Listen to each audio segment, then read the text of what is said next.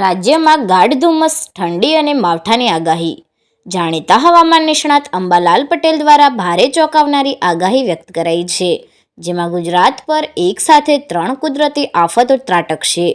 અંબાલાલ પટેલે પોતાની આગાહીમાં જણાવ્યું છે કે રાજ્યમાં ઠંડી, ગાઢ ધુમ્મસ તેમજ માવઠું થવાની શક્યતા તેઓએ વ્યક્ત કરી છે, જેમાં 22 થી 26 જાન્યુઆરી અને એમાંય ખાસ કરીને 23-24 જાન્યુઆરી ભારે રહેશે તેમ પણ તેઓએ જણાવ્યું છે.